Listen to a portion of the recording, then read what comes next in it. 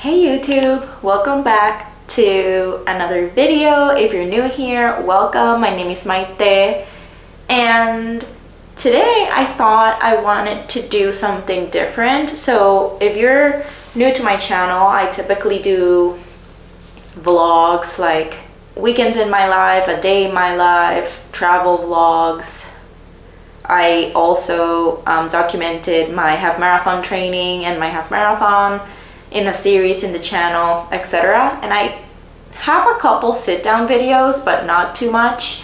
But today, I just wanted to reflect on my YouTube journey and how it's been like, what trends I've seen, what things have worked and what things haven't worked, and just kind of talk about the experience so far.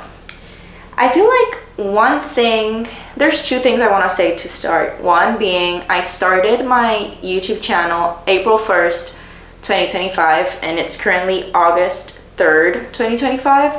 So it's been 3 months, May, June, July. Yeah, 3 months on YouTube. Also being someone who had no following. Like, I don't have TikTok.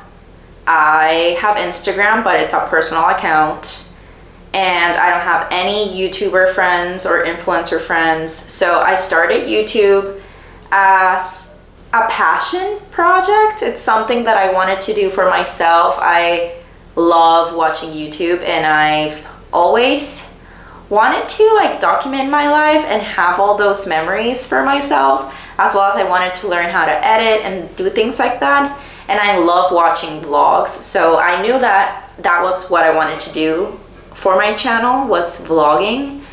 And yeah, so I decided to start my YouTube channel. I didn't tell anyone, so I did tell my sister and a couple family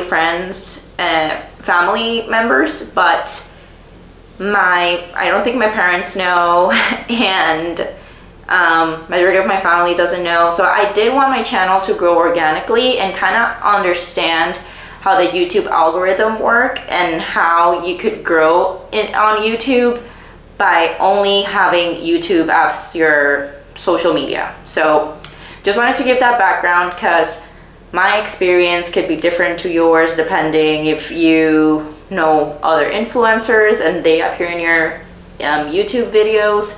And also my channel, it's typically just me. Like, I don't bring my friends into the YouTube videos, because majority of my friends don't even know I have this channel. Like, I've done it very specifically. It's a channel for myself and for me to be creative and explore that part of my personality in my life, rather than being on everybody's face like, oh, be on my video, let's vlog, or blah blah blah. Only my sister can say I would tell her let's vlog and stuff. But although I was even with her a couple weeks ago, I'm never gonna be that person that's gonna put the camera in your face and I'm like, okay, now tell something or say something for my video. It's very just me. So I guess that's also could be considered boring for some people if you don't have other characters be in your videos and that you can interact with, and they can see that interaction rather than you just talking to the camera. So yeah, anyways, that was a long-winded introduction for this video. But yeah, my name is Maite Alexandra. As I said, I've been on YouTube since April 1st, 2025. I created our YouTube channel from scratch. I do have a channel that I use to watch my YouTubers and my influencers that I like, but I decided I wanted to create a separate YouTube for this endeavor of just being more of a content creator. So whenever I joined YouTube, in order for my account to be monetizable, if that's even a word, I had a couple criteria. So I had to have 500 subscribers. I needed to upload at least 3 videos within 90 days, and then I needed to accomplish one of the following: either have 3,000 valid public watch hours on my channel, or 3 million valid public short views in the channel as well. And if I met those 3 criteria, then my channel could be monetizable. At the moment, 3 months in, I'm not monetizable yet. But I didn't make the channel for those reasons. Honestly, I just wanted to share my life experiences. Being a Puerto Rican, living in the United States, living in New York, I feel like I do fun things during the weekends and I travel a lot. So I felt like that would be fun content to put out and have people watch it. So that was one of the main reasons I wanted to experience this YouTube and see who it would reach and how the content would move. So anyways, so I started the YouTube channel, and since day one I knew consistency was one of the biggest things in YouTube. So I gave myself a schedule. I was gonna post Thursdays and Sundays. I did that because honestly the first video that I uploaded wasn't a Thursday, and I was like, oh, gotta keep the Thursday. And then I knew I wanted to post more than 1 video a week, so I did Sundays as well. And I liked having it at the end of the week rather than the beginning of the week because I could use the weekends to edit. I do work a 9 to 5, so YouTube is just like my hobby basically now. And I am a planner. I like to have things done far in advance, so I didn't want to be scrambling to like have to, let's say, vlog my weekend and then I needed to post on a Monday. So just having a bit more lead time for the turnaround of editing and scheduling the video and uploading, etc. I know I like that to be more at the latter part of the week. So that was the first thing, consistency. So I started posting YouTube videos Thursdays and Sundays, and I did that for a couple of weeks. Sorry. Ooh. I did that for a couple of weeks, just like solely YouTube videos. Until I had a trip to Dallas in May, and I told my aunt and uncle, like, hey, I'm doing YouTube just as a fun little outlet. And my aunt suggested, like, oh, I've seen that a lot of creators that post shorts, they grow even quicker on YouTube. And I was like, you know, I haven't thought about shorts as much. I wanted to focus on, sorry, it's a bit hot, so I'm gonna take this off. I wasn't considering shorts because I felt like I just wanted to do YouTube videos. Shorts, I saw it more of like something similar to like Instagram Reels or TikToks, but since I was not in either of those social media platforms, I felt like I don't really know like what would I post as a short. I don't know, a lot of people tell you like, oh, you can just post like snippets of your vlogs and put it and do it in a short. To me, that felt like more work. So I was looking for content that I could create separate from the YouTube video because I didn't want it to be like duplicative.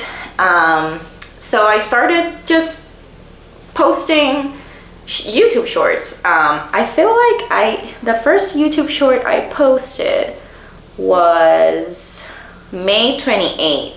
So almost 2 months after I started posting on YouTube, right? April 1st, May 1st, June 1st. Yeah, almost 2 months after posting my first YouTube video. And I posted that short. It was a Piola Sumo Orange with me, and to me it went viral in my view. It got 1,535 views, and I was like, oh my gosh, this is everything I need to get on shorts. So I started creating shorts. I do ASMR videos. I do a little like, come with me to do this or join me to do that. Let's unbox things. Let's try new foods. Just like funny things that I feel like could be good short form content. And ever since I started posting shorts, I told myself, okay, I'm gonna post 2 2 YouTube videos a week, but I'm gonna post 5 shorts a week. So every day every day that I'm not posting a YouTube video, I'll post a YouTube short. And you might say like, okay, you're giving more work to yourself. And yes, I am, but sometimes filming YouTube shorts, in my experience and the type of YouTube shorts that I create, which is not very edited, take a short amount of time to complete. So I can sometimes do, let's say, I can sometimes film 2 shorts in one day, and that way I have a short for 2 different days, but I film them the same day. So I've been posting shorts since May 18, nonstop, every day that I'm not posting a YouTube video, and I feel like that has been what has increased the amount of subscribers that I get in my YouTube channel. I feel like obviously the YouTube shorts, since they're shorter, you do get more people looking at your content, and thanks to that, and I feel like also thanks to posting a YouTube short every day, maybe if one person saw my YouTube short today and I post one tomorrow, the one that I posted the next day would probably be recommended to them because they saw the one that I posted the day before. So I guess the consistency, and also people like seeing your face on, and also like the algorithm starting to recommend your videos to those people that have seen your shorts, has helped me to achieve the amount of subscribers that I have right now, which is 44 subscribers. And you know, you might say like, oh, that's so little, like you have nothing compared to these huge YouTubers that have like millions and millions of subscribers. But to me, I feel like, considering I don't market my YouTube channel anywhere, it's just like whenever I post a YouTube video, whatever YouTube does with my content, that's where it goes. And I've also heard from a lot of people that, you know, it's hard to get a subscriber. Like, I'm even part of this situation. Like, I sometimes watch YouTubers that I'm not even subscribed to, but sometimes I do watch their videos every week. And I know it's hard for people to hit the subscribe button for a creator, and especially for a small creator like myself, that I basically do everything. It's not very high production. I do try to give quality content in terms of how it looks and also the audio content, but other than that, like, it's all me. I'm the producer, I'm the director. I'm like thinking about everything. So I know getting subscribers, it's hard, and that's why I've been very lax with myself in terms of like, oh, I need to get to X amount of subscribers in X amount of time. Like, no, let it be, because I feel like in the moment that it gets like that, I'll lose the passion I have for creating videos. Because if I start, I'm very like goal oriented, so if I give myself a goal and I don't achieve it, I know that would be something that would like bum me out, and I would just like be done with it. But I'm actually very proud of myself that I kept doing this for as long as I've been, for 3 months now, and it's been fun. Okay, so I wanna also talk about things that I've seen throughout this journey on how like video performance goes, and what has helped me to become better and maybe have videos that have a bit more views than the typical video that I post. I've heard that it's hard on YouTube to grow quickly if you don't have like a niche that you focus on. And honestly, since I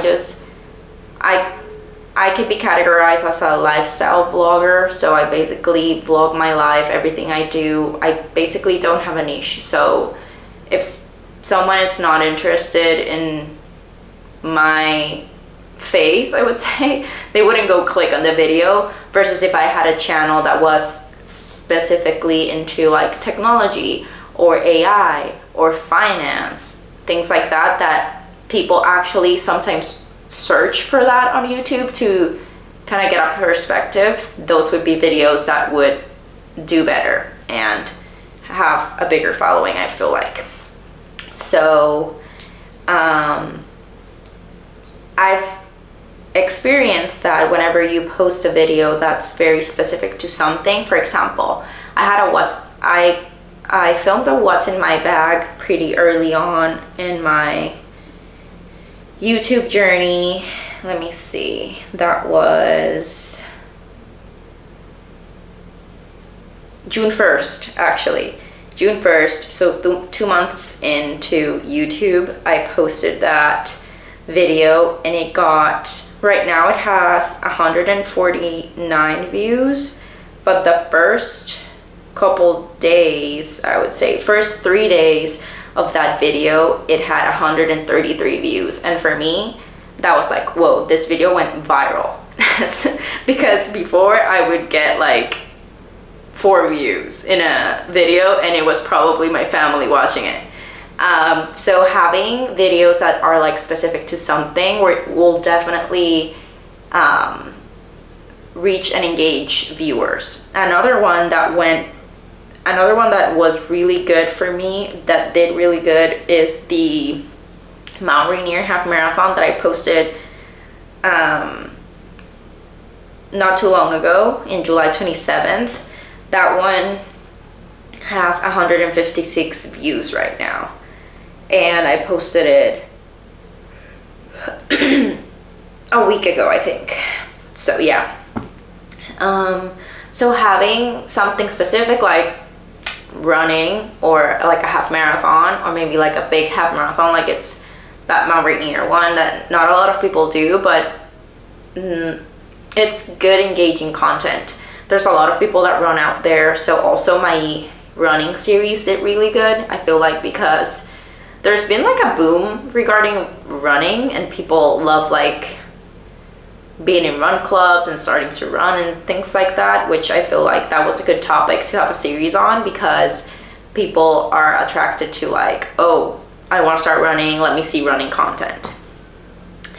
I would say those have been the ones that have been doing the best for me. Also, sometimes like weekends in my life in New York have done really good, and travel vlogs also do really good because people just want to see other areas. Oh, another one that did really good for me that I was impressed, and this was even like earlier on than the one I did for what's in my bag, was a spring closet haul. That actually has 78 views right now, but the first 3 days it got 72 views, and I was like, oh my god, I'm trending, this is great. I also do gotta say, like, it's not always peaches and cream, and I'm not always like very positive, like, oh, I love doing YouTube, although I get like 2 views. You know, you do put in the work. You have to first film everything, and then you gotta edit it, and then you gotta make it pretty, and it's hard to get the feedback of like 3 people watching your video when you take so long to like produce this video to put into YouTube, and then you feel like it just went into the void and no one watched it. But I also tell myself that you gotta give it time. A lot of my videos at the beginning had 1 or 2 views, and then with time they have 20, they have 30. So I feel like YouTube is like a long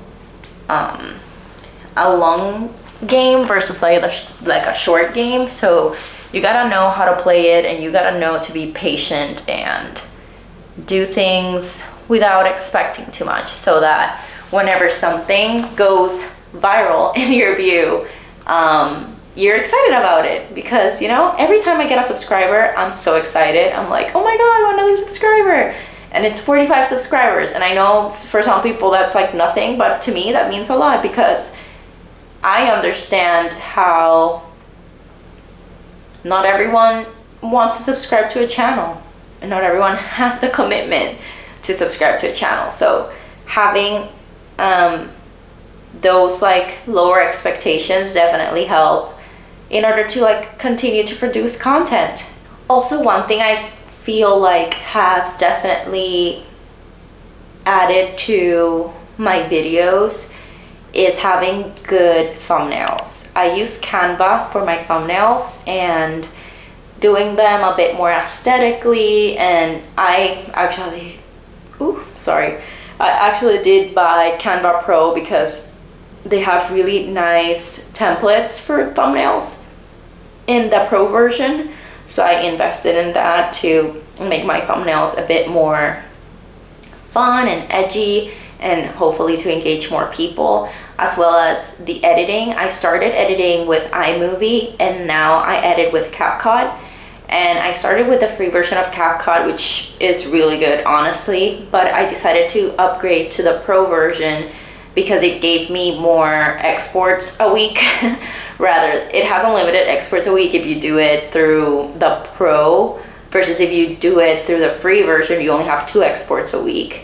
So if you create a video there, you have it edited and everything, and you export it and then you upload it to YouTube, and let's say it flags you for copyright for one of the music that you thought was royalty free from CapCut, but it's not, then it's hard, because if you need to go back to editing and you have to change music, then you have to export again the same video. You already lost your 2 free exports, and you still have a video that you need to create and upload for your second video of the week. You know what I'm saying? So I decided to buy the Pro version so that I had more flexibility and freedom in terms of the amounts of exports that I could have in a week. But yeah, honestly, that has been my experience. Definitely there's always like room for improvement. I definitely know that I'm not doing maybe the best job at maybe marketing my YouTube channel or marketing my videos, but this is how I'm doing it, and this is the results that I've gotten so far. Definitely I'm just, you know, part of the marathon race.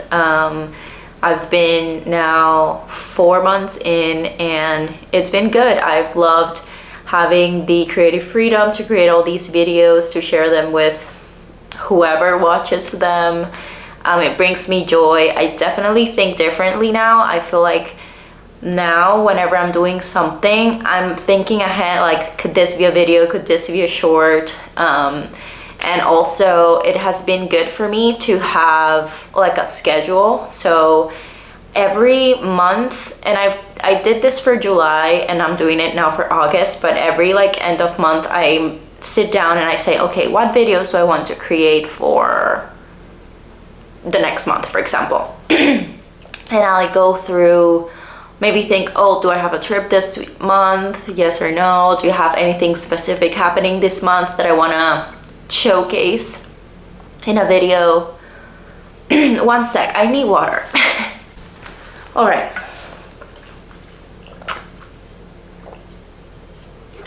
Ooh, my throat was dry. Sorry for putting you guys through that. Okay, yeah, so thinking like, what activities do I have coming up this next month that I can use as a YouTube video, and write that down.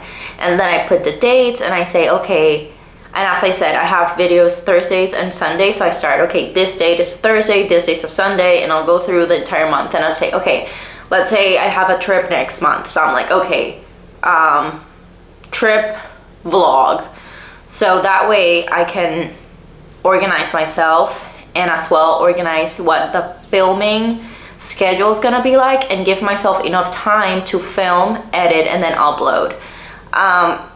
Because as well, as I said, I work a 9 to 5, so I need to prioritize. And it's very interesting because I need to prioritize my job, my 9 to 5,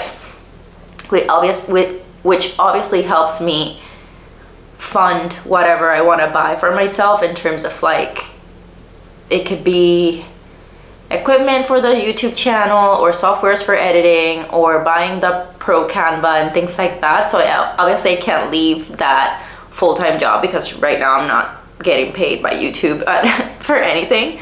So I have that. I have the YouTube channel and YouTube shorts that I obviously want to continue doing and growing there.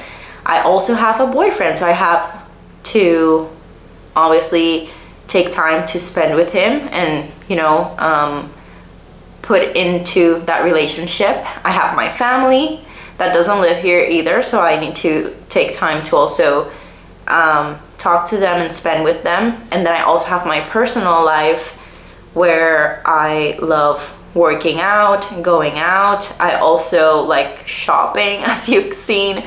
So there's a lot of different things that I need to juggle. And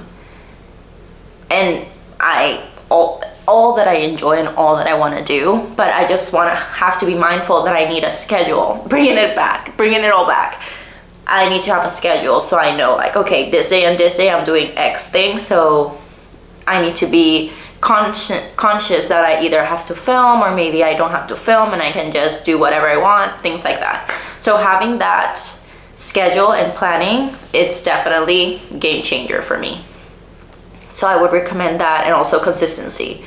I know that now, since I'm a small creator, I'm definitely giving it my all and posting every day at least a short or a YouTube video. But as I keep growing, maybe that won't be my cadence. Maybe I'll take it slower, or maybe I'll put out less videos for a bit more like higher production. You know, it's a give and take, as everything is.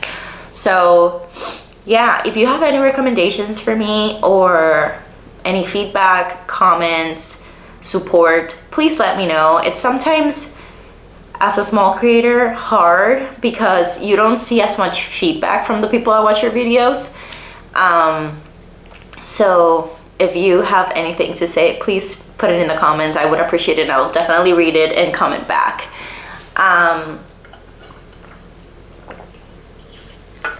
Also, another thing I want to say is YouTube has an analytic that is like the amount of time that a person, or a like average view time or something like that. And I've always heard that people don't watch videos to its entirety from start to finish. I am a person that loves to watch a video from start to finish, so I couldn't fathom people that don't do that. Like, I couldn't think of people that don't do that. But sometimes I do have, let's say, 20 views on a video, but the average view time is like 2 minutes.